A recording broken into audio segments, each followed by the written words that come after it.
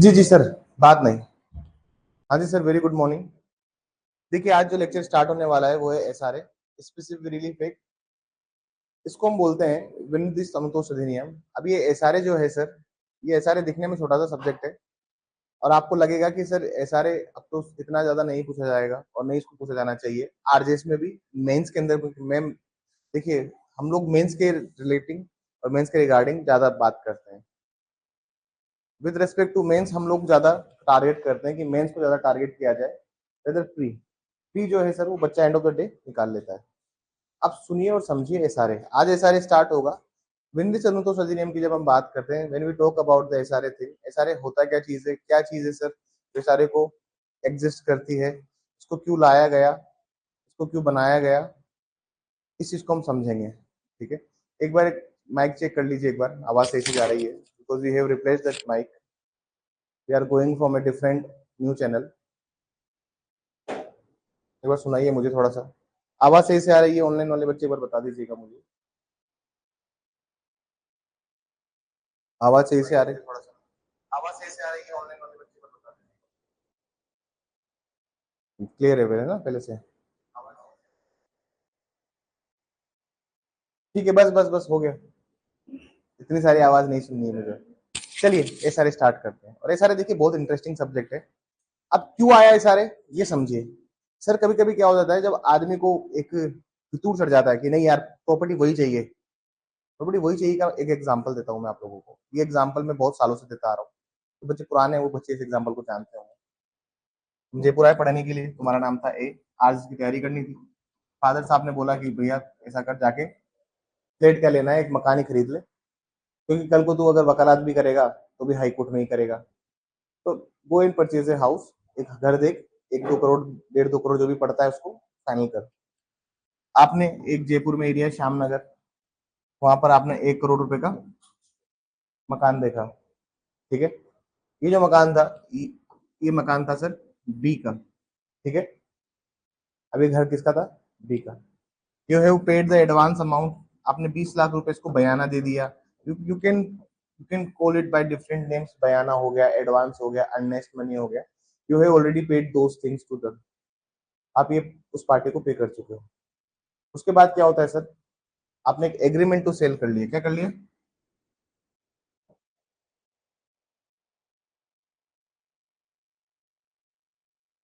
आपने विक्रय करने का करार भी कर लिया है, या फिर कोई विक्रय संविदा भी आपने कर ली है।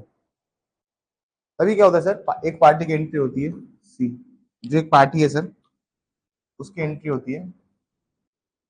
वो पार्टी बोलती है कि मैं इसी घर के 1.25 लाख आपको दूंगा सेम मकान के।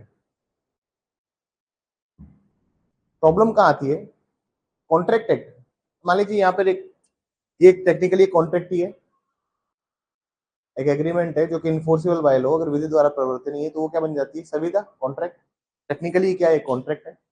अब प्रॉब्लम कहाँ आती है सर, कॉन्ट्रैक्ट को अगर आप जाओगे कॉन्ट्रैक्ट में रेमेडी देखोगे, कभी भी ब्रीच ऑफ कॉन्ट्रैक्ट होता है तो क्या रेमेडी आपको मिलती है, क्या अनुतोष आपको मिलता है? आपको मिलता है प्रतिकर। If you look at section 73, ये आपको सिर्फ कॉम्पनसेशन देता है। इसका आउटकम क्या होता है? ये सिर्फ आपको प्रतिकर देगा, एक कॉम्पनसेशन देगा। कॉम्पनसेशन में आपको क्या मिल जाएगा? आपके 20 लाख जो दिए वो मिल जाएंगे, एडिशनली 2-3 लाख रुपए कोर्ट और ऊपर से क्या दे देगी आपको? मेंटल हरेसमेंट और फिजिकल जो भी हरेसमेंट या ट्रॉमा हुआ है आपको due to the loss of contract, उसका आपको पैसा मिल जाएगा। मतलब 20 लाख के ऊपर 1-2 लाख रुपए, 2-3 लाख रुपए, 4 लाख रुपए और कोर्ट दे देगी, उससे ऊपर तो आपको कुछ होगा नहीं। बात समझ में आई? लेकिन अगर जिद ये हो जाए, चाहिए तो अब वही मकान और उतने ही रुपए में लूंगा, then you have to approach this court, this act, फिर इस अधिनियम में आपको आना पड़ेगा। प्रॉब्लम कहाँ आती है सर, जहां पर भी, देखिए, जहां पर भी कोई सब्सटेंटिव लॉ, जहां पर भी कोई सारवान विधि, जहां कहीं भी कोई सब्सटेंटिव लॉ, सारवान विधि अगर अनुतोष प्रदान करने में, मतलब एडिक्वेट रेमेडी प्रोवाइड करने में फेल हो जाती है, जैसे कॉम्पनसेशन नहीं चाहिए था आपको, what you want the house only, आपको सिर्फ सिर्फ और सिर्फ घर ही चाहिए। अगर कोई सारवान विधि फेल हो गई है तो प्रोवाइड एन एडुकेट रिलीफ और एडुकेट रेमेडी, तो आप क्या करेंगे सर? उसके बाद आपके पास क्या ऑप्शन है? उसके लिए हेल्प करने आता है एसआरए। समझ में ये बात? तो एसआरए क्या करता है सर? कॉम्प्लीमेंट करता है, ठीक है, या फिर एक सप्लीमेंट्री लॉ की तरह काम करता है। एग्जाम में आप लोग लेते हो ना सप्लीमेंट्री कॉपी, एक मेन कॉपी इसके पीछे एक और कॉपी लगा रहे हो सप्लीमेंट्री कॉपी, एक तरह से पूरक विधि है ये, ठीक है। लेकिन सवाल ये है कि जहां पर सब्सटेंटिव लॉ फेल हुआ है तब जाके बचाने क्या आएगा आपको? Procedural law. और प्रोसीजरल लॉ में कौन है? एसआरए। ये बात बिल्कुल याद रखिए। एसआरए के बहुत सारे मल्टीपल पर्पज है, मल्टीफोल्ड पर्पज है। आज सिर्फ समझने का काम कीजिए, जैसे इंट्रोडक्टरी लेक्चर। और ये इंट्रोडक्टरी लेक्चर देना इसलिए जरूरी है क्योंकि सिविल की 70% वकालत सिर्फ और सिर्फ किस पर आधारित है? एसआरए पर आधारित है। आप चाहे इंजंक्शन की बात करो, डिक्लेरेशन की बात करो, रिकवरी की बात करो, तुम्हारे घर में किसी ने कब्जा कर लिया, प्रॉपर्टी रिकवर करनी है, उसकी बात करो। रिकवरी कितने सारे केसेस चलते हैं कोर्ट के अंदर, या फिर डिफरेंट डिफरेंट जो भी उसके अंदर दिया हुआ है, या स्पेसिफिक परफॉर्मेंस ऑफ कॉन्ट्रैक्ट की बात करो। तो देर आर मल्टीफोल्ड जो हम आज में पढ़ेंगे। इसमें 7 तरह की रेमेडी देता है ये एक्ट। ये इस एक्ट में 7 तरह की अलग अलग रेमेडी प्रोवाइड कर रखी है। अब 7 तरह की रेमेडी को मैं डिस्कस भी करूंगा आज, और हर एक रेमेडी का एक एग्जांपल भी दूंगा। एसआरए क्या होता है और क्यों उसको लाया गया, इसको समझिए। सर मान लीजिए, पहला तो ये समझ में आया कि क्या है सर एसआरए। जब कभी भी सब्सटेंटिव लॉ फेल हो जाएगा, कार्बन विधि फेल हो जाएगी, तो उसको सपोर्ट करने कौन आएगा? Procedural law. और ये प्रोसीजरल लॉ कौन सा होगा सर? तो कॉन्ट्रैक्ट रेमेडी नहीं प्रोवाइड कर पा रहा तो वहां पर कौन कूदेगा? एसआरए कूदेगा। You have to understand those things. बात समझ में? तो जब कभी भी अगर मेन, देखिए, एक लॉ का एक पर्पस होता है, हर एक कानून का एक उद्देश्य है, एक हर एक कानून का पर्पस है, इसीलिए संसद कानून लेके आती है। अब बात करो पॉक्सो की, जे की, ये जितने भी एक्ट है आपके आरजेएस में, सबका एक एम है। कल हमने एक्सेस पढ़ा, तो एक्सेस का भी एक एम है, उसका भी एक उद्देश्य है कि उसको क्यों लाया गया। वैसे सर एसआरए का भी एक एम है। अब क्या था सर, एक ईज ऑफ डूइंग बिजनेस की एक इंडेक्स आती है। किसकी? Ease of doing business. भाई तुमको कौन सा देश में बिजनेस करना आसान है? हमारे इंडिया में क्या था सर, दिक्कत क्या थी हमारे इंडिया के अंदर? बिजनेस करना होता बहुत मुश्किल। मुश्किल क्यों आती थी सर? क्योंकि यहाँ पर जितने भी कॉन्ट्रैक्ट बनते थे या फिर जितने भी एग्रीमेंट बनते थे, वो फाइनल कंक्लूड ही नहीं होते थे। उनको फाइनलिटी मिलती नहीं थी, कभी कंक्लूजन हो ही नहीं रहा। जैसे मान लीजिए,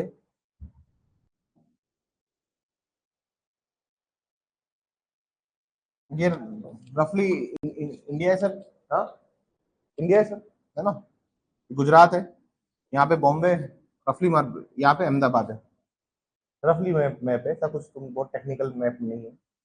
अब सर ऐसा है, इस मैप के अंदर एक एमओयू किया। क्या किया? एमओयू। एमओयू क्या होता है? जापान की गवर्नमेंट ने इंडियन गवर्नमेंट से एक करार किया, एक एमओयू किया। अब एमओयू के अंदर उन्होंने बोला कि हम बुलेट ट्रेन बनाएंगे आपके देश में। इंडिया ने कहा ठीक है बनाओ। थोड़ी फंडिंग जापान ने करी, थोड़ी फंडिंग इंडिया ने करी, और ऐसे करके दोनों ने कॉर्पोरेट करके एक bullet train high speed corridor project बनाया। एक किसान है यहाँ पर, उसका नाम है हरिया। क्या नाम है? हरिया किसान। उसकी जमीन आ रही 10 एकड़, 10 बीघा, जैसे भी आप समझे। उस 10 बीघा जमीन में वो कोर्ट से स्टे ले आया ऑन द बेसिस ऑफ मुआवजा, जो भी उसको क्या मिलना चाहिए था, कॉम्पनसेशन मिलना चाहिए था लैंड एक्विजिशन के समय। जब उसकी भूमि का अधिग्रहण किया गया तो उसको प्रतिकर सही नहीं मिला होगा, तो वो नाखुश है। अरे हर आदमी नाखुश ही है पैसा, पैसे मिलने के बारे में, और मिल जाता तो ठीक रहता। सरकार ने जो रकम तय की थी उसके हिसाब से वो नाखुश था, तो वो और प्रतिकर चाहता था, और कोर्ट ने उसको स्टे दे दिया। आप बताओ, लाखों करोड़ का प्रोजेक्ट है, क्या वो एक जमीन के होने से अटक जाएगा क्या? इसके लिए लाया 2018 में अमेंडमेंट एक्ट एसआरए के अंदर। प्रॉब्लम कहाँ आती थी, आप ये समझिए कि सर जितने भी कॉन्ट्रैक्ट बनते थे उसमें क्या था, कोर्ट को डिस्क्रिप्शन था। पहले 18 के पहले क्या था, जैसे मान लीजिए मैंने कोई कॉन्ट्रैक्ट किया है, मैंने कॉन्ट्रैक्ट किया है इनके साथ में कि मैं आपको आपको हर महीने 100 किलो एप्पल भेजता रहूंगा। मान लीजिए मेरे और साहिल के बीच में कॉन्ट्रैक्ट है, ठीक है। कल को मैं पलट नहीं सकता अपनी बात से। पहले क्या था, कोर्ट डिस्क्रिप्शन था कोर्ट का, कि कोर्ट अलाउ भी कर सकता है, नहीं भी अलाउ करे, लेकिन अब उसको कर दिया है शेल। अब वो मैंडेटरी हो गया है, वो अध्यापक हो गया कि नहीं, अब तो अगर संविदा करिए उसकी पालना करनी ही पड़ेगी। There is a section in the Indian contract act, section 37, section 37 है। अब सेक्शन 37 क्या बोलता है? सेक्शन 37 बोलता है कि जब कभी भी आप संविदा करेंगे तो उसकी पालना करनी होगी। वो एक सेक्शन 37 इंडियन कॉन्ट्रैक्ट क्या बोलता है? जब पालना करनी होगी, जब कॉन्ट्रैक्ट कह रहा है, तो फिर आप लोग क्यों डिस्क्रिप्शन लेके आ रहे हो कोर्ट से? बात समझ में? अमेंडमेंट के थ्रू एक तो मैंडेटरी कर दिया इन्होंने, अलग अलग रिलीफ है। मैं एक आधी रिलीफ की एग्जांपल दे रहा हूँ, और जो मेजर अमेंडमेंट्स है उनको डिस्कस कर रहा हूँ अभी। तो ईज ऑफ डूइंग बिजनेस में भारत की रैंकिंग इंप्रूव हुई ये अमेंडमेंट के बाद में। अब भारत में क्या था, कोई भी आदमी कॉन्ट्रैक्ट क्यों करेगा जब यहाँ पर डिस्क्रिप्शन है कोर्ट का? लेकिन अब कोर्ट ने कर दिया मैंडेटरी कि नहीं सर, आपको मानना ही पड़ेगा। अब ऐसा नहीं है कि आपकी इच्छाओं के अनुसार, आपके विंस एंड फैंसीज के अनुसार कोर्ट रन करेगा या उसके अनुसार कोर्ट में काम किया जाएगा। अब ऐसा प्रोविजन नहीं होगा। You to understand those points. एक और बात, जहां पे हम बात करते हैं कॉन्ट्रैक्ट के पूरे होने की, जहां पे हम बात करते हैं स्पेसिफिक परफॉर्मेंस ऑफ कॉन्ट्रैक्ट की, तो अब शेल शब्द जब से इन्होंने इंट्रोड्यूस किया है, मतलब इन्होंने न्यायालय के पास कोई एक डिस्क्रिप्शन नहीं छोड़ा, वो चीज होगी। लेकिन इसके कुछ अपवाद भी हैं, एक्सेप्शन तो होंगे सर। बताइए, मैंने आपको बोला कि मैं पढ़ाऊंगा आप लोगों को 15 महीने, आज इसका पूरा सिलेबस कराऊंगा, और आप उसी लिए मेरे पास आए। कल को मैं बोलता हूँ नहीं पढ़ाता, तो क्या आप स्पेसिफिक परफॉर्मेंस ऑफ कॉन्ट्रैक्ट का सूट ले आओगे मेरे खिलाफ? ला सकते हो क्या मेरे खिलाफ सूट आप लोग? अरे ला सकते हो क्या? क्यों नहीं ला सकते? जिस लोगों ने पढ़ा हुआ है उनको तो पता है, लेकिन जो नहीं पढ़ा है उनसे उनसे जवाब चाहता हूं मैं। आप लोग मेरे खिलाफ सूट लेके आ सकते हो क्या कि नहीं सर पढ़ाओ, जबरदस्ती पढ़ाना ही पड़ेगा? क्या कोर्ट जा सकते हो आप मेरे खिलाफ? बताओ। ये मत सोचना कि सरे सरे के खिलाफ कोर्ट थोड़ी जाएंगे। अरे लीगली बात करो। Can you go against me? No you can not. देखिए, एक चीज है पर्सनल क्वालिफिकेशन। जो चीज व्यक्तिगत अर्हताओं पर आधारित है, आप उसके लिए वाद नहीं लेके आ सकते। आप किसी जबरदस्ती काम करवा सकते हो क्या? क्या बोले? नहीं, कॉम्पनसेशन तो मिलेगा। You will get the compensation, definitely you will get the compensation ना। कॉम्पनसेशन के लिए मना नहीं है भाई। जितना कोर्स हो गया उतने हिसाब से फिर आपको कट कट शार्ट टच छूट ऐसा कुछ कभी ना हो, पूरा पढ़ाओ मैं तुम्हें। उतना हो गया उतना आपको क्या मिल जाएगा sir? You will get the compensation, but you can not compel anyone to perform the whole out of it. आप उसको बोल सकते हो कि नहीं पूरा पढ़ाओ, नहीं सर रोज आओ पढ़ाओ, ये नहीं हो सकता ना सर। तो there are few exceptions to it also. Law जो है वो बहुत अनरीजनेबल नहीं है। समझ में आई? कल को एक आप लोग अगर सब मिलकर मेरे खिलाफ सूट फाइल करोगे तो कौन सा सूट होगा? रिप्रेजेंटेटिव सूट होगा। ब्रीच ऑफ कॉन्ट्रैक्ट तो हुआ है। क्या हमारे बीच में लिखित संविदा है? ये ओरल कॉन्ट्रैक्ट है, और ओरल कॉन्ट्रैक्ट ओरल भी तो हो सकता है ना। बस थोड़ा तो समझना है लोग को, स्टार्ट कीजिए। लोग बहुत प्रैक्टिकल है। और एसआरए एक ऐसा सब्जेक्ट है जो आपको जजमेंट राइटिंग, ऑर्डर राइटिंग में हेल्प करता है। इसमें हेल्प करता है, ऑर्डर राइटिंग हो गया, जजमेंट राइटिंग हो गया, वहां पे ये चीज आपको हेल्प करेगी। एक चार्ज फ्रेमिंग की क्लास लेनी है मेरे को, इस संडे को नहीं, अगले संडे को चार्ज फ्रेमिंग क्लास रखेंगे। अगले संडे को किसी क्लास रखेंगे? चार्ज फ्रेमिंग क्लास रखेंगे। एक मुझे ऑर्डर राइटिंग और जजमेंट राइटिंग क्लास भी लेनी है। अब जो अगले संडे आएंगे, ये संडे तो नहीं, ये संडे को तो अष्टमी है ना, दुर्गाष्टमी और नवमी, रामनवमी है शायद। रामनवमी है या सिर्फ नवमी है? राम जी इस वाले को पैदा हुए थे, अगली वाले को पैदा हुए थे? इसी वाले को हुए थे ना? इस वाले इसी वाले को हुए थे ना रामनवमी? हाँ। तो अब वो उस चक्कर में थोड़ा रहेगा। दशहरे वाले रामनवमी को थोड़ी हुए थे राम जी। ठीक है, इस वाले को हुए थे ना। हाँ। तो सैटरडे संडे को मैं तो नहीं रहूंगा, लेकिन आप लोगों का टेस्ट होगा अष्टमी के दिन, ठीक है ना? दुर्गाष्टमी को आप लोगों का टेस्ट होगा। अब आप भी कहते कि सर दुर्गाष्टमी को आना। देखिए आप लोगों ने वो मूवी भूल भुलैया, जिसमें वो क्या कहते हैं, दुर्गाष्टमी को आना। हाँ? तुम भी दुर्गाष्टमी को आना टेस्ट देने। ठीक है सर, चलिए शुरू करते हैं सारे।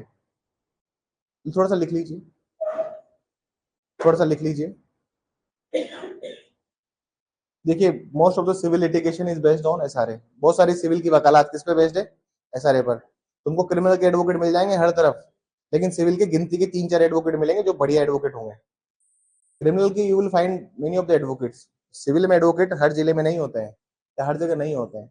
मैं नहीं चाहता तुम एडवोकेट बनने की तरफ जाओ, लेकिन अगर तुमको सिविल आता है ना सर, तो तुम राजा की तरह रूल करते हो कोर्ट के अंदर। तुम भले से जज के डायस पे बैठे हो, तुमको अगर सिविल आता है और सिविल का ज्ञान है, तुम अपने उंगलियों पे चलाते हो सबको, याद रखना।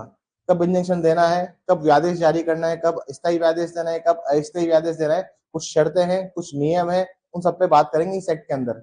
इस एक्ट में टोटल जो क्लासेस होगी हमारी वो होगी 20 से 25 lecture I will take in this, और नेक्स्ट 10 से 15 लेक्चर में ईपीए वुड गेट ओवर, इतना ही समय लगेगा। उसके बाद में बीएनएस और बीएनएस स्टार्ट करूंगा, और फिर माइनस की क्लासेस लेनी है, ठीक है। लिखिए please, this act enacted on, this act enacted on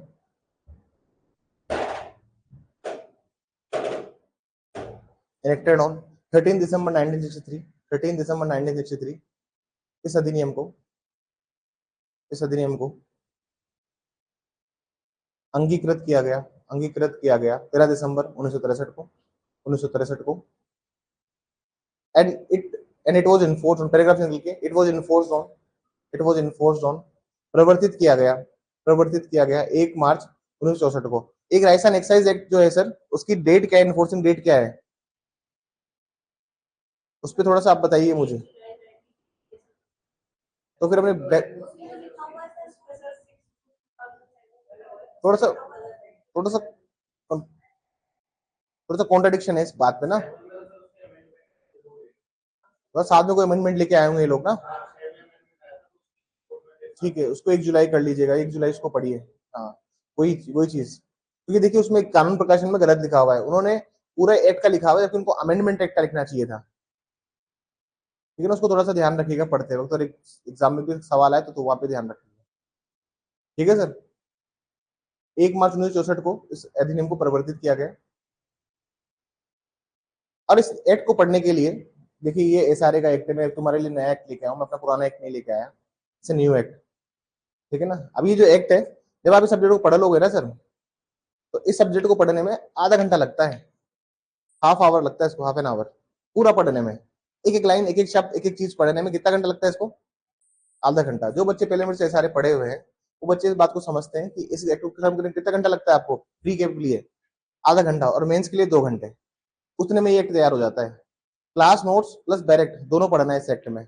बहुत सारी चीजें हैं जो उधर नहीं है, क्योंकि अगर आप देखोगे सेक्शन 5 में तो 1 लाइन लिखी हुई है, सेक्शन 6 में 4-5 लाइन लिखी हुई है, और सवाल आ जाता है इस पे पूरा 6-6 नंबर का।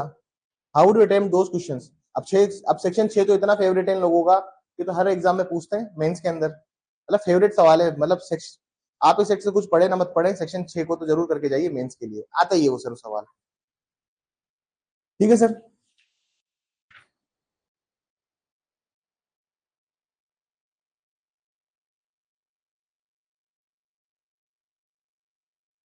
लिखिए, देखिए, the object of specific relief is, the object of specific relief is, विनिर्देश अनुतोष अधिनियम का उद्देश्य यह है कि विनिर्देश अनुतोष अधिनियम का उद्देश्य यह है कि विनिर्देश अनुतोष अधिनियम का उद्देश्य यह है कि the object of specific relief act is to provide remedy, is to provide remedy, is to provide remedy where substantive law, where substantive law fails to do so, where substantive law fails to do so, where the substantive law fails to do so।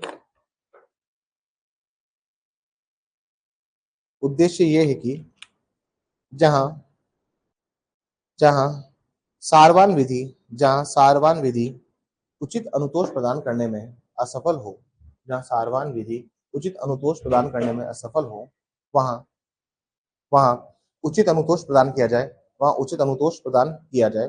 Paragraph change करके heading लिखिए, history of SRA, history of SRA, विनिर्देश अनुतोष अधिनियम का इतिहास, विनिर्देश अनुतोष अधिनियम का इतिहास, हिस्ट्री ऑफ एसआरए।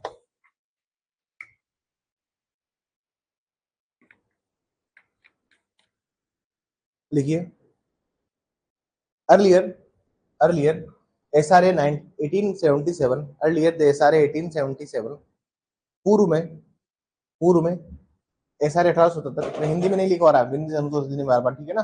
पूर्व में एसआरए 1877, और एग्जाम में एसआरए मत लिख देना हिंदी मीडियम वाले बच्चे, और तुम लोग भी एब्रिविएशन मत यूज करना। पूर्व में एसआरए 1877, पूर्व में एसआरए 1877 लागू था, लागू था,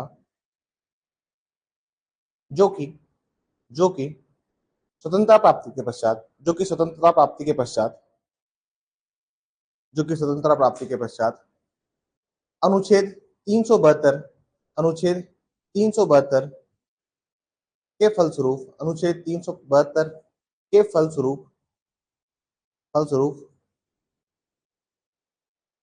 फलस्वरूप जारी रहा, जारी रहा। Earlier, earlier SRA 1877 was there. It continued even after independence. It continued even after independence. It continued even after independence by the virtue of, by the virtue of article, article 372, by the virtue of article 372, by the virtue of article 372 of the Indian Constitution, of the Indian Constitution. Paragraph change करके लिखिए। However, however, हालांकि, हालांकि विधि आयोग द्वारा, हालांकि विधि आयोग द्वारा 1958 में, हालांकि विधि आयोग द्वारा 1958 में, विधि आयोग द्वारा 1958 में 9वीं रिपोर्ट, 9वीं रिपोर्ट, 9वीं रिपोर्ट, 9वीं रिपोर्ट जारी की गई। However, the Law Commission in 1958 submitted its ninth report, submitted its ninth report, submitted its ninth report, 9वीं रिपोर्ट जारी की गई, जो कि, जो कि विनिर्देश अनुतोष अधिनियम पर आधारित थी। Submitted its ninth report, which is based on SRA, which is based on SRA, which is based on SRA, which is based on SRA.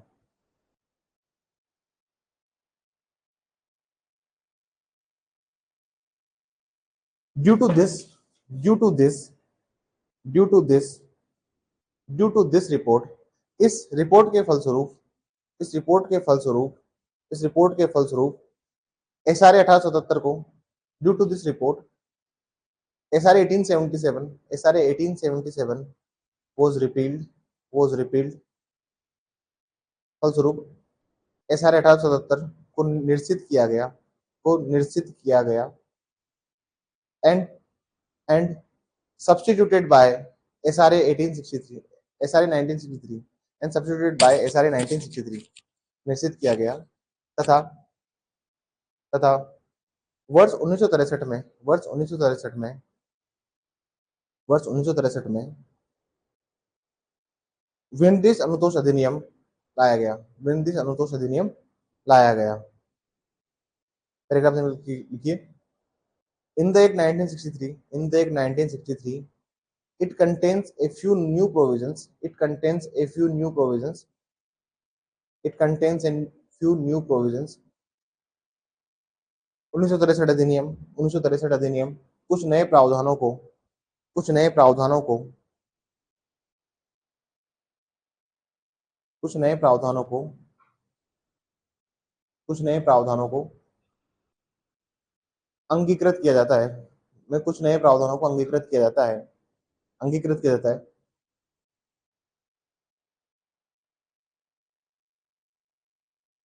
ठीक है सर, पैराग्राफ में लिखिए। SRA is based on public policy, SRA is based on public policy। विनिर्देश अनुतोष अधिनियम, विनिर्देश अनुतोष अधिनियम लोक नीति पर आधारित है, विनिर्देश अनुतोष अधिनियम लोक नीति पर आधारित है, लोक नीति पर आधारित है, लोक नीति पर आधारित है, बेस्ड ऑन पब्लिक पॉलिसी, लोक नीति पर आधारित है। चलिए SRA को देखिए 3 पार्ट दिए हुए हैं SRA के। SRA कितने पार्ट दिए हुए हैं? 3। अब SRA में 3 भाग है, बनाने काम स्टार्ट कीजिएगा। भाग क, भाग ख और भाग ग। पार्ट ए की जब हम बात करते हैं तो इसमें मेनली जो आता है वो आता है प्रिलिमिनरी, प्रारंभिक,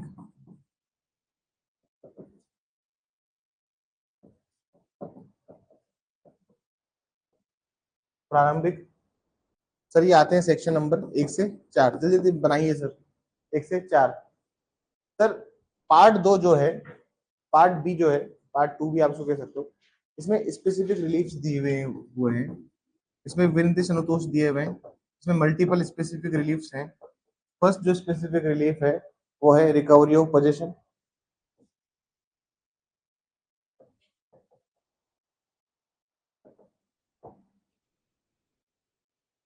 रिकवरी ऑफ पोजीशन, कब्जे का प्रत्युदरण, कब्जे का प्रत्युदरण, कब्जे का प्रत्युदरण, स्पेसिफिक परफॉर्मेंस ऑफ कॉन्ट्रैक्ट, संविदा का विनिर्दिष्ट पालन, स्पेसिफिक परफॉर्मेंस ऑफ कॉन्ट्रैक्ट, संविदा का विनिर्दिष्ट पालन। थर्ड दिया हुआ है सर रेक्टिफिकेशन, परिशुद्धिकरण, लिखतों का परिशुद्धिकरण, रेक्टिफिकेशन ऑफ इंस्ट्रूमेंट, लिखतों का परिशुद्धिकरण, रिसिशन ऑफ कॉन्ट्रैक्ट, संविदा का विखंडन, रिसिशन ऑफ कॉन्ट्रैक्ट, संविदा का विखंडन।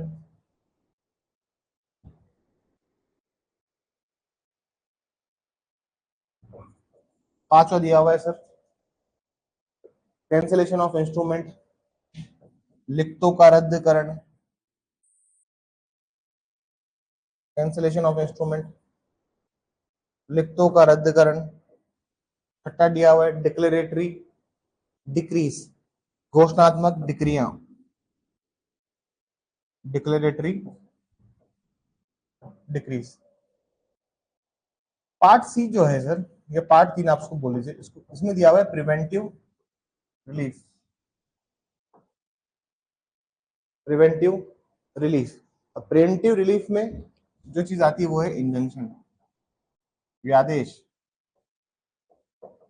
ब्रेड में देख सकते हो सर, रिकवरी ऑफ पोजीशन, कब्जे का प्रत्युत्तरण, स्पीड परफॉर्मेंस ऑफ कॉन्ट्रैक्ट, संविदा का विनिर्दिष्ट पालन, रेक्टिफिकेशन ऑफ इंस्ट्रूमेंट, लिखतों का, लिखतों का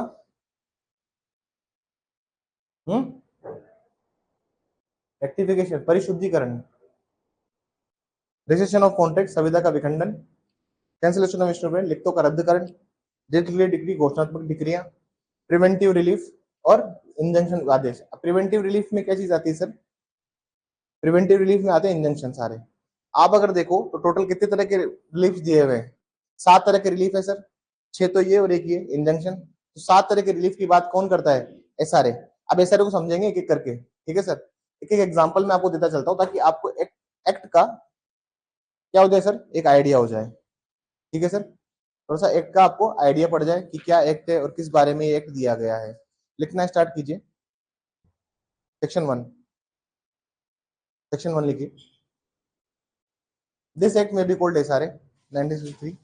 इस अधिनियम को एसआरए 1963 कहा जाएगा, इस एक्ट को एसआरए 1963 कहा जाएगा। पॉइंट नंबर 2 लिखिए।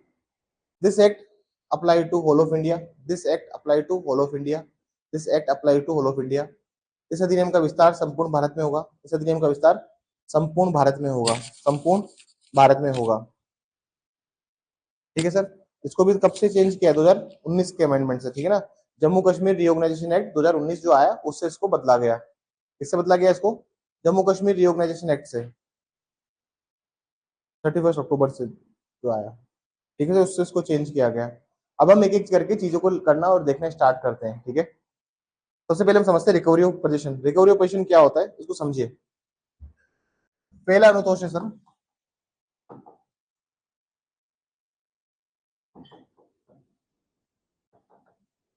रिकवरी ऑफ पोजीशन, कब्जे का प्रत्युत्तरण।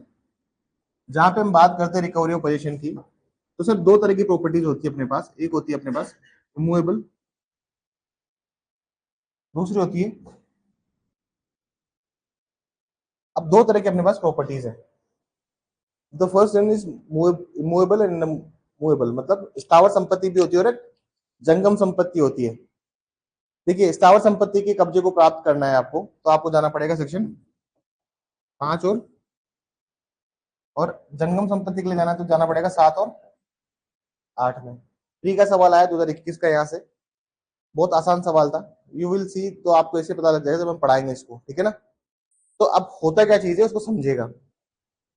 रिकवरी ऑफ पोजीशन का मतलब क्या है, प्रॉपर्टी का आपको रिकवरी करनी है। किसकी चीज की, प्रॉपर्टी की रिकवरी का मतलब ये नहीं है कि किस चीज की रिकवरी करनी है, प्रॉपर्टी में कब्जे की रिकवरी करनी है। जो पोजीशन है वो आपके पास नहीं है, बात समझ में आई? प्रॉब्लम कहाँ आती है सर?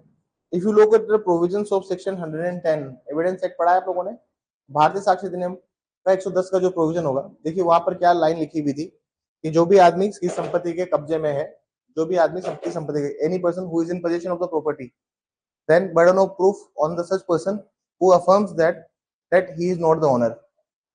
या फिर वो आदमी जो संपत्ति के कब्जे में है, तो फिर सबूत का भार उस व्यक्ति पर होगा जो ये कहेगा कि वो संपत्ति का स्वामी नहीं है। यही प्रावधान है वहां पर, और यही लाइन मैंने वर्बिटम बोला है आप लोगों को। देखिए सर, जब ये प्रोविजन की हम बात करते हैं, मैंने बड़ी talk about those provision, property में साबित करना that you are the owner but you are not in position, तो ये बहुत डिफिकल्ट होता है। मतलब आप किसी संपत्ति के कब्जे में नहीं है, and if you want to prove that, and if you want to prove that, then it is very extremely difficult. उसको साबित कैसे किया जाए, यहां दिक्कत आती है। प्रोविजन 5 और 6 दोनों प्रॉपर्टी को रिकवरी को काम करते हैं, तो सर अलग अलग सेक्शन क्यों है, एक ही सेक्शन लिख देते। सर 7 और 8 अलग अलग क्यों है, इनको एक में बना देते हैं, प्रॉपर्टी तो रिकवर कर रहे हैं। अलग अलग बनाने का तुक क्या है, फायदा क्या है सर? एक ही लिख देते ना प्रावधान, दो प्रावधान क्यों बना दिए इसमें? समझिएगा सर इसको। मैं भी 5 और 6 पढ़ा नहीं रहा, मतलब आप समझ लीजिए कि जितना मैं पढ़ाऊंगा उसका 1% पे भी नहीं बताऊंगा आपको, ठीक है ना? क्योंकि ये जो, देखिए ये दोनों सेक्शन 4-5 क्लासेस खाते हैं, और ये सेक्शन 2 क्लास खाता है। 20-25 लेक्चर की क्लासेस में कुछ टाइम तो ये दोनों खाएंगे, ठीक है? तो प्लीज थोड़ा सा ना समझिए। जैसे मान लीजिए,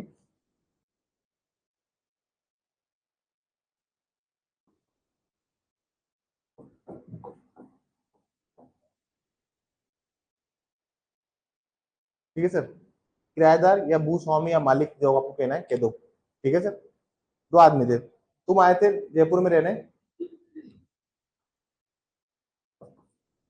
आपने रहने स्टार्ट किया, जनवरी में आपने एडमिशन लिया, और फरवरी में आ गया, फरवरी मार्च में आ गया सर कोविड। क्या क्या फरवरी मार्च में? कोविड। आपका जो रेंट एग्रीमेंट था वो था सर नवंबर कितने का होता है, 30 का होता है, 31 का होता है? 30 का होता है ना नवंबर तो। हम्म, आपका 30 नवंबर तक का। अरे 1 जनवरी से तो 11 महीने का हो गया ना सर। आपका 30 महीने का रेंट एग्रीमेंट था, लेकिन कोविड आ गया तो आप घर घर चले गए, सब छोड़ छाड़ के, चलो ठीक है यार गाँव चलते हैं अपने।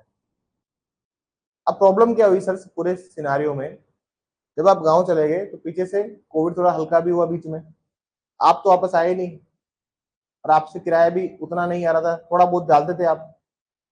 उसने क्या किया सर, आपका सामान उठा के बाहर फेंक दिया। किसने? लैंडलॉर्ड ने। अड़ोस पड़ोस के लोगों ने आपको फोन कर दिया, कहीं दुकान भी सामने, अच्छा व्यवहार बन गया था 1-1.5 महीने में, उसने फोन कर दिया कि भैया आपका सामान जो है उसने रखवा दिया बाहर। तो आप आनंद फानंद में आए, और आप जो कि विधि के छात्र हो, आपका तो ईगो हर्ट हो गया फिर उस बारे में, यार ऐसे कैसे कर दिया इसने। अब जरूरी है क्या, आप यहाँ पे ओनर नहीं हो, आपके पास पोजीशन भी नहीं है, आपको क्या करना है, उस प्रॉपर्टी उसको रिकवर करना है। बात समझ में आई? वहां पर काम आएगा आपका क्या, सेक्शन 5 या 6, जो भी आपको जैसे भी जाना है। अभी उसकी डिफरेंस क्या होता है वो पूरा समझाएंगे जब पढ़ेंगे उसको डिटेल में। एक और एग्जांपल देता हूँ मैं। सर एक जगतपुरा में खाली प्लॉट है, जगतपुरा आप जानते हैं, उस टाइम पहले कुछ नहीं था वहां पे, खाली वीरा। अब वहां पे पूरा इंडस्ट्रियलाइजेशन और पूरा डेवलप हो गया एरिया। तो वहां पर एक चाय की थड़ी लगाता था एक आदमी, ठीक है? इसका नाम था, क्या नाम रखे इसका? हाँ, नहीं नहीं, डोंट डोंट डिफेंड नंदू, ठीक है? तुम लोगों की डिमांड पे नंदू ही रख देते इसका नाम, ठीक है? नंदू की चाय की थड़ी थी सर यहाँ पर, और नंदू सबको चाय पिलाता था बढ़िया, ठीक है?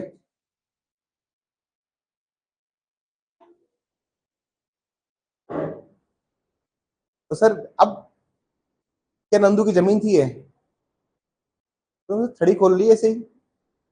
नंदू यहाँ पर 10 साल से लगातार लोगों को चाय पिलाता रहा, कितने साल से? एक दिन इस कंपनी का मालिक जो था, इस कंपनी का नाम था एबीसी कंस्ट्रक्शन कंपनी, हो सकता है ना सर ऐसा नाम हो कंपनी का। उस कंपनी ने आया और नंदू को बुलडोजर के सहारे उठा के बाहर फेंकवा दिया, निकल। क्या नंदू के पास राइट होगा? प्रॉपर्टी रिकवर करने का। क्या ट्रेस पासर को कोई राइट है? जो अतिचारी उसको कोई अधिकार है?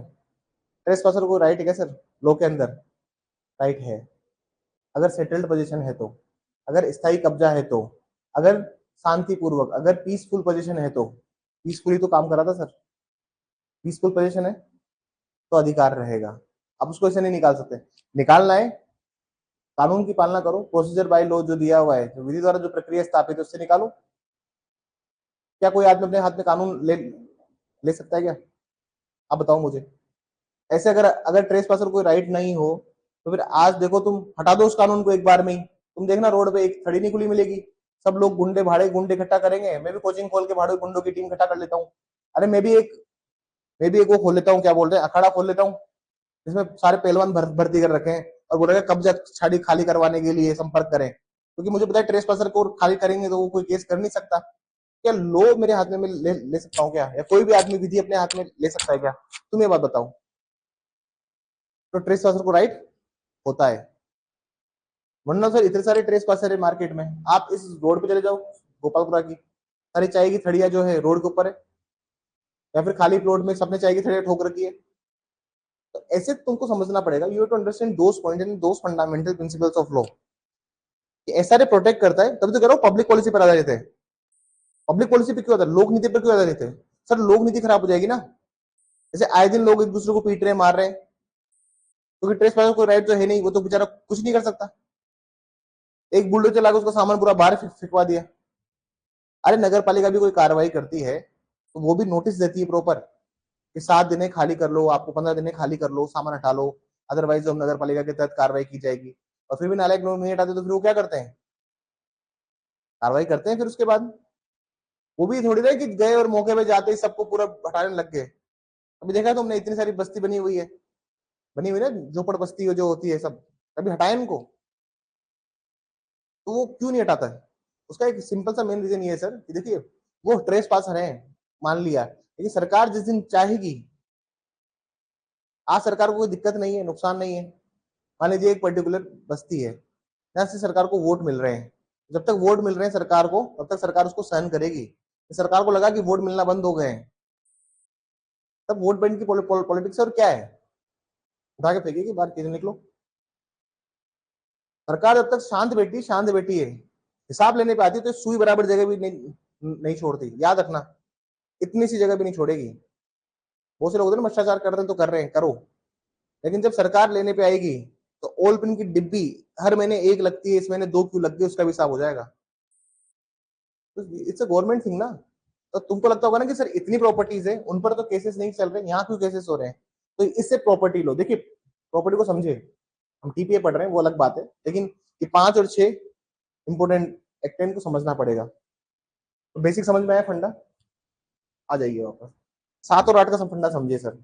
ऐसा था, आपके पास में एक खानदानी रिंग है, खानदानी रिंग, वो खानदानी रिंग सर जनरेशन जनरेशन चली आ रही है। एक बार ज्वाइन करो, मुझे इस माइक पे थोड़ा कम एतबार है, ये ऑफ ना हो जाए।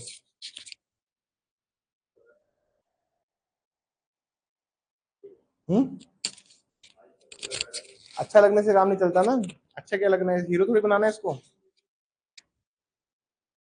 फिर भी थोड़ा सा रिस्क रहता है ना, एक आवाज नहीं गए क्लास में रीडियो रिकॉर्ड में आओ, तो ज्वाइन करके रखो अभी।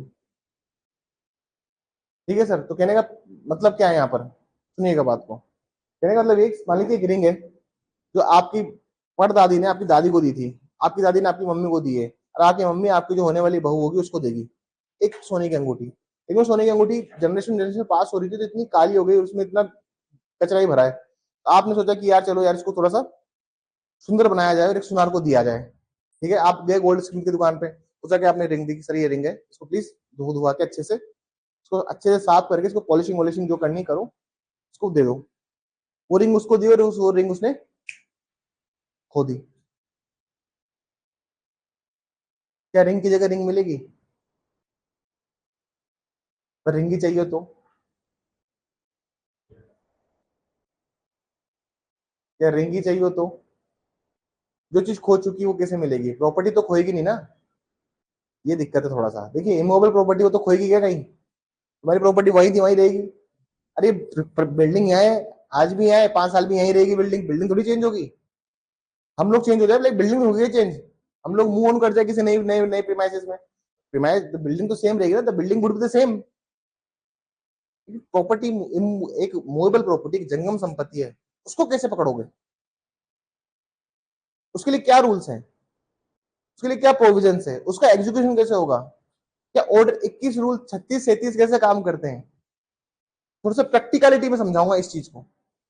सवाल आया यहाँ से प्री का, बेसिक सा सवाल था, आप नींद में भी सोल्व कर लो, ऐसा सवाल आया था। तो पहली जो रिलीफ में समझ में आई कैसे काम करती है। पहली रिलीफ का मतलब, सर ये पहली relief recovery of possession. Specific purpose of contract का मैं एग्जांपल आपको दे चुका हूँ। क्लास की शुरुआत थी एग्जांपल से हुई थी कि सर घर खरीदा है आपने और घर आपको अब मिल नहीं रहा। स्पेसिफिक पर्पस ऑफ कॉन्ट्रैक्ट समझ में आया। संविदा का विंदिश पालन समझ में आया कि कैसे करवाना होगा। अरे याद करो सर, श्यामनगर में 1 करोड़ का घर 20 लाख दिए हैं, प्रॉपर्टी वही चाहिए, कहाँ जाऊंगा मैं जाऊंगा संविदा के विंदिश पालन के लिए। रेक्टिफिकेशन ऑफ इंस्ट्रूमेंट समझिए। लिखतों की परिशुद्धि, हम जब बात करते हैं रेक्टिफिकेशन को, रेक्टिफिकेशन मतलब होता है किसी को परिशुद्ध करना। मतलब अभी आपने, मैडम ने एजेंसी पढ़ा दिया आप लोगों को? एजेंसी बाकी है शायद ना, अभी एजेंसी बचा हुआ है। हाँ एजेंसी बचा हुआ है ना अभी सेक्शन 182 से। हाँ अभी नहीं पढ़ा ना, वो आप पढ़ेंगे तब वहां पर एक शब्द आएगा, उसको बोलते हैं रेटिफिकेशन। क्या बोलते हैं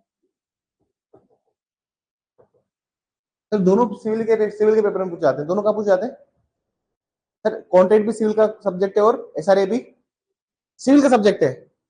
वर्ड्स इंग्लिश मीडियम वाले बच्चे कान खोल लीजिए। पूछ रहा है रेक्टिफिकेशन, लिख रहे हो रेटिफिकेशन, या पूछ रहा है रेटिफिकेशन, लिख रहे हो रेक्टिफिकेशन। कंफ्यूज नहीं होना है। इसका मतलब तो होता है इंग्लिश में, इसका मतलब तो होता है सर कि जो किया हुआ है उसको मंजूरी प्रदान करना। 196 से 200 तक प्रावधान है इसके, 196 से लेकर 200 तक। रेक्टिफिकेशन जो है ये दिया हुआ है सेक्शन 26 में। अब समझिएगा इनके प्रोविजंस को। रेक्टिफिकेशन क्या होता है वो समझिए। पूरी शब्द जो दिया हुआ है रेक्टिफिकेशन ऑफ इंस्ट्रूमेंट, तो दो चीज समझिए। एक समझिए इंस्ट्रूमेंट, उसको कहते हैं लिखत। क्या कहते हैं इसको? एक होता है यहाँ पर डॉक्यूमेंट, उसको बोलते हैं हम लोग लिखत और दस्तावेज। दो चीजें होती है sir, one is instrument and another is document. क्या डिफरेंस है दोनों के अंदर? सर इंस्ट्रूमेंट जो होती है, इंस्ट्रूमेंट जो चीज होती है वो समझिए। इंस्ट्रूमेंट वो चीज होती है सर, लिखत वो चीज होते हैं, सुनिएगा सर, लिखत वो चीज होते हैं जो किसी राइट और ड्यूटी को बताते हैं।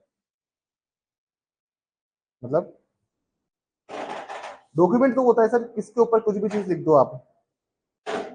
जैसे ये एसी का रिमोट है, इसके ऊपर लिखा हुआ है ओ जनरल, तो ये भी एक डॉक्यूमेंट है। जैसे यहाँ लिखा हुआ है बैर एक्ट के ऊपर, बैर एक्ट विनियम 2025 ₹80। ये भी क्या है सर? एक, ये भी एक डॉक्यूमेंट है। लेकिन जब कभी भी कोई डॉक्यूमेंट आपने ऐसा बनाया जिसमें अधिकारों का वर्णन किया हुआ है कि ये पार्टी फलाना काम करेगी, ये पार्टी ढिंकाना काम करेगी, इस पार्टी का ये राइट है, इस पार्टी का वो राइट है, इस पार्टी का ये अधिकार है, उस पार्टी का वो अधिकार है, बात समझ में आ रही सर? तो वो क्या बन जाएगा? इंस्ट्रूमेंट, वो बन जाएगा लिखत। ठीक है, इसकी डेफिनेशन जब आएगी तब बताऊंगा। तो कहने का मतलब क्या है सर, कभी आपने कोई डॉक्यूमेंट बनाया, कभी आपने कोई एग्रीमेंट, मान लीजिए पार्टी के साथ कोई कॉन्ट्रैक्ट किया आपने, पार्टी के साथ क्या किया, कोई कोई कॉन्ट्रैक्ट किया। अब आप चाहते हो कि यार एक टर्म जो था वो पढ़ने से रह गया मेरे से, मुझसे गलती हो गई, उसको पढ़ नहीं पाया मैं। पार्टी गई कोर्ट में केस फाइल करने, और पार्टी ने केस फाइल किया कि सर इस टर्म को डिलीट कर दिया जाए। हम पूरे ये पूरे इंस्ट्रूमेंट को डिलीट नहीं करवा रहे हैं, एक पर्टिकुलर जो टर्म्स एंड कंडीशन है, एक पर्टिकुलर जो शर्त है, उसको हम क्या चाहते हैं, इसको डिलीट कर दे कोर्ट। समझ में आई बात? उसको डिलीट कर दे, या फिर कोई ऐसा ऐसी लाइन लिखी जिसका कुछ मतलब नहीं निकल रहा है। मैडम ने एक पढ़ाया हुआ आपको कॉन्ट्रैक्ट में, कॉन्ट्रा प्रोफेंडम का नियम, है ना? कॉन्ट्रा प्रोफेंडम पढ़ा है मैंने आपको कॉन्ट्रैक्ट के अंदर। कॉन्ट्रा प्रोफेंडम का मतलब ये होता है कि सर अगर मान लीजिए कोई बात अस्पष्ट है, समझ में नहीं आ रही पार्टी को, तो कोर्ट, अगर पार्टी चली गई कोर्ट के अंदर, और जब कोर्ट में गई कॉन्ट्रा प्रोफेंडम के नियम के अंदर, उसका मतलब ये होता है कि सर कोर्ट ही देखेगा कि किस पार्टी ने ये उसको ड्राफ्ट किया था, उसके अगेंस्ट उसको लिया जाएगा। मैंने ड्राफ्ट करवाया तो मेरे अगेंस्ट दिया जाएगा वो। समझ में आई? इसे रूल ऑफ कॉन्ट्रा प्रोफेंडम। और वही हम बात करें यहाँ पर किसकी? इंस्ट्रूमेंट्स की।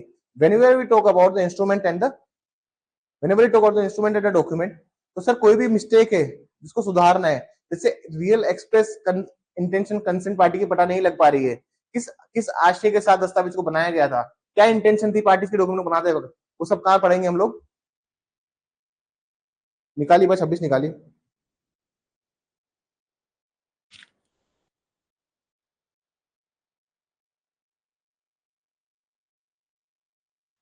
एक शब्द को अंडरलाइन करके आ जाइए। Does not express their real intention, उनके वास्तविक आशय को अभिव्यक्त नहीं करती। डज लास्ट देखिए, ए पॉइंट के ऊपर देखिए, does not express their real intention, लिखिए उनके वास्तविक आशय को अभिव्यक्त नहीं करती। क्या वास्तविक आशय उसको अभिव्यक्त नहीं करते तो आप उसमें लिख सकते हो। मैं यहाँ पर जब लिखाऊंगा 26 तो मैं आपको रूल ऑफ कॉन्ट्रा प्रोफेंडम यहाँ लिखवाऊंगा, ताकि आप लोग उसमें भी ये चीज लिखो। रेक्टिफिकेशन को पूछा नहीं गया। देखिए ये रिलीफ जितनी भी होती है, सबसे फेवरेट तो आरजेस की क्या है, देखो हाईकोर्ट वाले घूम फिर के एक ही रिलीफ पूछ रहे हैं बार बार सालों से। उनका कोई 21 में भी पूछा है, 24 में भी पूछा है, हर साल एक ही रिलीफ पूछते हैं हर साल। मेंस में तो एक ही चीज पूछ जा रही है, पर क्या पता इस बार कुछ प्रभु कुछ दे इनको और कुछ अलग भी चीज पूछो। बहुत अच्छा एक्ट है, बहुत सुंदर एक्ट है, बहुत सारी चीजें पूछने के लिए। एक के पीछे मत पड़ो, बच्चे की मेहनत को खराब मत करो, बच्चा सब कुछ तैयार करके जाता है। पूछना है कि सब्जेक्ट है तो हम उसी को पढ़ेंगे। मेरे को इसलिए उसका सीन ठीक लगता था बाबेल का। बाबेल में 20 क्वेश्चन होते हैं, 20 में से 10 क्वेश्चन आ जाते हैं एग्जाम के अंदर। बच्चा भी खुश, सब खुश, जो खरीद रहा है वो भी खुश, जो बेच रहा है वो भी खुश, जो पेपर बना रहा है वो भी खुश, एग्जामिनर भी खुश, सब खुश। और हाईकोर्ट के मेंस में क्या होता है, पढ़ रहा सब कुछ रहा है, लेकिन सवाल हर साल एक मत पूछो यार, कुछ तो नोवेल्टी लेके आओ, कुछ तो पेपर अच्छा बनाओ, एक इस तरह का पेपर बनाओ हम चाहते हैं। स्ट्रेट फॉरवर्ड सवाल अगर पूछने लग जाओगे तो फिर वो उस बच्चे की मौत है जिस आदमी ने बहुत मेहनत करी है। नुकसान किस बच्चे का है? जो आदमी बहुत मेहनत पढ़ के गया है, और जिसे ऊपर ऊपर से पढ़ के गया है, तो फिर ऊपर ऊपर से पढ़ के फायदा क्या है? अरे लो एक प्रैक्टिकल सब्जेक्ट है। हम्म लो क्या है सर? प्रैक्टिकल सब्जेक्ट है, बहुत प्रैक्टिकलिटी में जाता है। क्या पॉलिटिकल साइंस में बीए गया ये? थ्योरेटिकल सवाल पूछ लेते हैं कि शीत युद्ध क्या था, कारण लिखिए, क्यों क्यों अमेरिका और रूस के बीच में शीत युद्ध हुआ। ऐसे सवाल मत पूछो यार, कुछ तो अच्छे पूछो, प्रैक्टिकलिटी में कुछ तो जाओ। तुमको फिर पॉलिटिकल साइंस से पूछ लो, फिर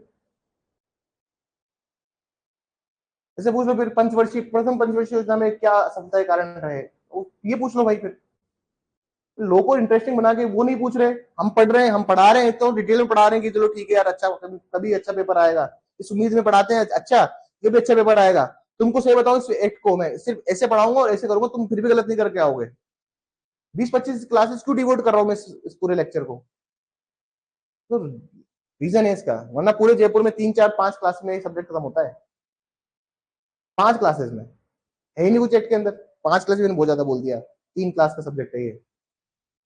But why I am taking so much time? Because I want to devote, I am devoting time here, क्योंकि इसकी ये बहुत इंपॉर्टेंट सब्जेक्ट है। मैं कल को तुम प्रैक्टिस भी करोगे तो भी तुम्हें काम तो आना चाहिए ना। इसलिए I am taking this subject into the very depth. तुम कल को कोड में बैठोगे वहां काम आएगा। पढ़ लो एक बार अच्छे से पढ़ लो। लेकिन चलिए सर, रेक्टिफिकेशन समझ में आ गया, रजिस्ट्रेशन समझिए। सर ऐसा है कि पार्टी ने कोई कॉन्ट्रैक्ट किया है। अरे सर कॉन्ट्रैक्ट भी क्या है एक तरह से, कॉन्ट्रैक्ट भी इंस्ट्रूमेंट ही है। कॉन्ट्रैक्ट क्या है एक तरह से? अरे संविदा भी तो क्या है, लिखत ही है। जैसे कॉन्ट्रैक्ट में राइट्स और ड्यूटीज दिए होते हैं पार्टीज के, वैसे ही इंस्ट्रूमेंट में भी राइट और ड्यूटीज दिए होते हैं पार्टी के। अब सर तुमको एक लाइन हटानी है या एक लाइन का मतलब समझाना है, तो तुम जाओगे कहां पे? रेक्टिफिकेशन में। अगर तुमको पूरे कॉन्ट्रैक्ट को ही खत्म करवाना है तो कहां जाओगे? अब रजिस्ट्रेशन के वही ग्राउंड होंगे, कॉन्ट्रैक्ट हटाने के क्या ग्राउंड होंगे कि सर शून्य हो गए, शून्यकरण ही होगा। कहां से नए ग्राउंड लेके आओगे यार? आप नए ग्राउंड कहां से लेके आएंगे बताओ मुझे? या तो शून्य हो गया, फिर निकालिए सेक्शन निकालिए।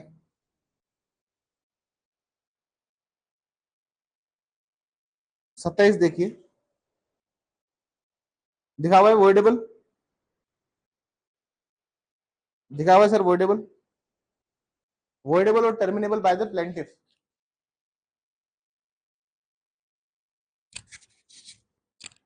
चलिए कैंसिलेशन ऑफ इंस्ट्रूमेंट में आ जाइए, कैंसिलेशन ऑफ इंस्ट्रूमेंट में आइए प्लीज, कैंसिलेशन ऑफ इंस्ट्रूमेंट में आइए। आप कैंसिल, आप कहोगे सर कि रेक्टिफिकेशन में एक टर्म थी, कॉन्ट्रैक्ट में आपने पूरा डिसीजन कर दिया कॉन्ट्रैक्ट का, और सर कैंसिलेशन ऑफ इंस्ट्रूमेंट में क्या आ जाता है? सर इंस्ट्रूमेंट सिर्फ, इंस्ट्रूमेंट में सिर्फ कॉन्ट्रैक्ट नहीं आता है, इंस्ट्रूमेंट में बहुत सारी चीज आती है, विल भी आती है सर, गिफ्ट भी आता है। कॉन्ट्रैक्ट को कैंसिल, कॉन्ट्रैक्ट को खत्म करना है तो यहाँ जाओगे, लेकिन अगर पूरे के पूरे इंस्ट्रूमेंट को खत्म करना है जो कि कॉन्ट्रैक्ट नहीं है, कॉन्ट्रैक्ट से अलग है, सर किसी को वसीयत दी आपने वो भी एक इंस्ट्रूमेंट है, राइट, लाइबिलिटीज ड्यूटीज बताई पार्टीज को, गिफ्ट दी कोई प्रॉपर्टी आपने वो भी क्या है, एक तरह से इंस्ट्रूमेंट है। सर प्रॉपर्टी मॉर्गेज रख दी वो भी क्या है, इंस्ट्रूमेंट है। Cancellation of instrument. Declaratory decree पे आइए सर, डिक्लेरेटरी डिक्री क्या होती है इसको समझिए, घोषणात्मक डिक्रिया क्या होती है इसको समझिए। सर घोषणात्मक डिक्रिया वो होती है जिसमें एक पार्टी घोषणा करवाती है कोर्ट से, डिक्लेयर कराती है that I am the owner of the property. एक एग्जांपल दिया था मैंने आपको चाचा जी वाला, आप थे उस क्लास में, किसने नहीं सुना वो एग्जांपल, चाचा जी वाला एग्जांपल नहीं सुना? सबने सुना ना, बस ठीक है आगे चलो, सबने सुना हुआ है ना, दोबारा भी आएगा वो आगे एग्जांपल, वो बार बार आता रहेगा, तो ये मैं समझना कि आज ही पढ़ा रहा हूँ, एग्जाम्पल आता रहेगा। उस एग्जाम्पल में होता क्या है सर कि पिताजी होते हैं दिल्ली में रहते हैं, उनका बेटा यूएस में पढ़ता है, वो अपने भाई को साथ रहने के लिए बुला लेते हैं, और जब बुलाया जाता है साथ में रहने के लिए, तो वो जब वो आता है 12 साल बाद नोटिस देके जाता है पिताजी के डेथ पे कि चलो खाली कर देना, तो आता है 15 साल बाद, तो पिताजी जो चाचा जी होते हैं उसको बिठाते हैं, बोलते हैं सोफे के पीछे कुछ लिखा हुआ है, तो उसको टांग रखा है फ्रेम बना के बतौर, वो डिक्लेरेटरी डिक्री है, वो घोषणात्मक डिक्री है। देखिए सर डिक्लेरेटरी डिक्री जो होती है, जब हम डिक्लेरेशन की बात करते हैं, ये डिक्लेरेटरी डिक्री जो होती है, मैंने आपको लिमिटेशन में पढ़ाया होगा सेक्शन 27 में, याद करो, लिमिटेशन के सेक्शन 27 में मैंने आपको एग्जांपल दिया होगा। और जब देखो लिमिट जो डिक्लेरेटरी डिग्री होती है, डिक्लेरेटरी डिग्री के साथ में विशेष बात यही है कि जो जो जितनी भी डिक्लेरेटरी डिग्रीज हैं इनका कोई एग्जीक्यूशन नहीं है, इनको टाक लो तुम बस जैसे। और डिक्लेरेटरी डिग्री में ये भी होता है कि सर घोषणा करो कि वो मेरे पति है, घोषणा करो कि वो मेरी पत्नी है, सर घोषणा करो कि वो मेरे पिता है, घोषणा करो कि वो मेरी माँ है। आते हैं ना बहुत सारे लोग, जैसे अभी रवि किशन के ऊपर केस कर दिया किसने मुंबई में रिसेंटली, घोषणा कर कि वो मेरे पापा हैं, रवि किशन उस टाइम स्ट्रगलिंग फेज में थे, माँ से मिले थे और उस टाइम में हुई घोषणा, घोषणा करवाई जाए। तो ये डिक्लेरेटरी डिग्री के साथ में आपको और भी प्रोविजंस पढ़ने पड़ते हैं, सेक्शन 112 पैटर्निटी,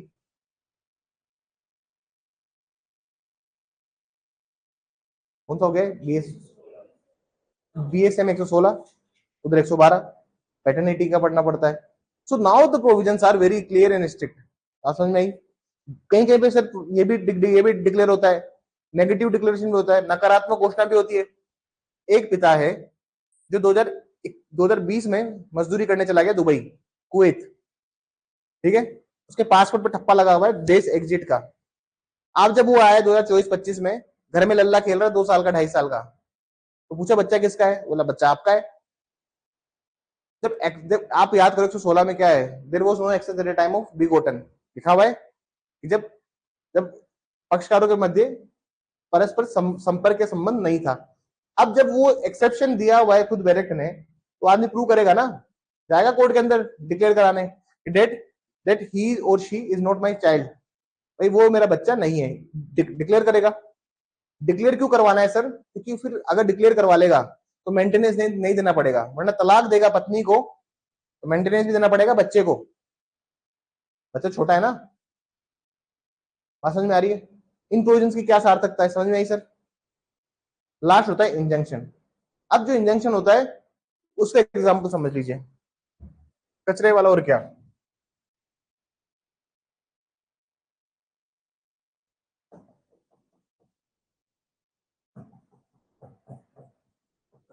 सर एक घर है, ठीक है ना सर, मल्टीपल घर बने हुए, अब क्या करता है, रोज उठ के इसके घर के बाहर कचरा फेंकता है,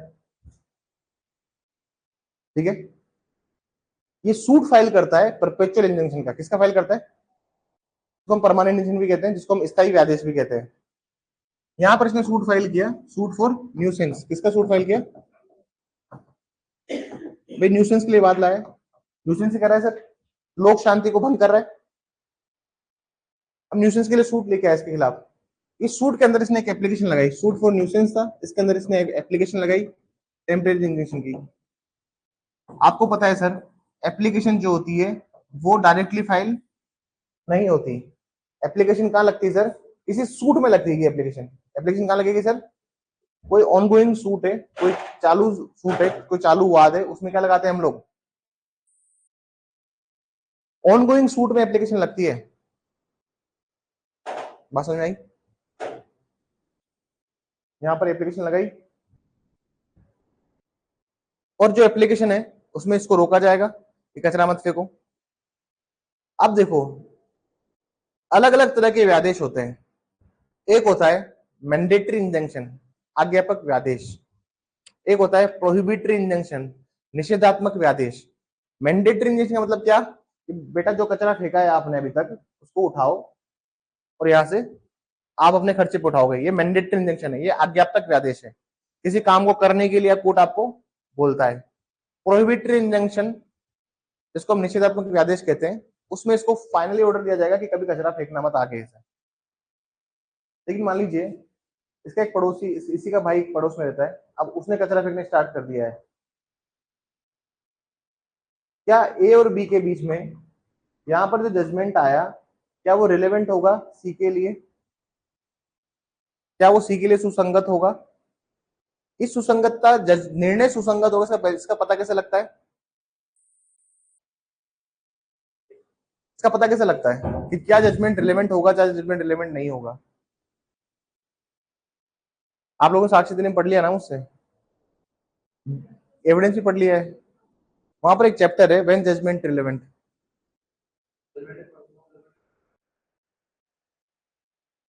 वहां पर आपने बहुत सारे प्रोविजंस पढ़े होंगे, पुराने एविडेंस एक्ट के प्रोविजंस के बताता हूं मैं। वहां प्रोविजन था सेक्शन 40, जहां रेस जुडिकेटा के एलिमेंट्स थे। सेक्शन 41, जिसमें 4 तरह के कोर्ट्स थे, एडमिरलिटी, इंसॉल्वेंसी, मैट्रिमोनियल और इंसॉल्वेंसी था। इंसॉल्वेंसी, मैट्रिमोनियल, प्रोबेट, लास्ट वाला प्रोबेट। सेक्शन 42 पब्लिक नेचर की बात करता है, इसकी बात करता है लोक प्रकृति वाले जो है वो सुसंगत होंगे। 43 जो बात करता है कि सर जो fact in issue relevant fact, जो कि सुसंगत तथ्य या फिर सुसंगत तथ्य या फिर विवादक तथ्यों से जो सीधे संबंध रखेंगे, मतलब जो रिलेवेंट फैक्ट और फैक्ट इन इश्यू के साथ में जो जुड़े होंगे, तो सुसंगत तथ्य और विवादक तथ्यों के साथ जुड़े होंगे, वो चीज क्या हो जाएगी? रिलेवेंट हो जाएगी। ये जब चार तरह की कंडीशन में फॉल होता है, तभी क्या होता है सर? जजमेंट सुसंगत होता है। तो कहने का मतलब क्या है, कल को ए और बी के बीच में केस हुआ और जो जजमेंट आया, वो जजमेंट का प्रभाव किस पर नहीं होगा? सी पर नहीं होगा। सी पर दोबारा केस फाइल करना पड़ेगा इसको। पहले तो केस था ए वर्सेस बी, अब बन जाएगा केस, दोबारा केस फाइल करें सूट फॉर न्यूसेंस। समझ में?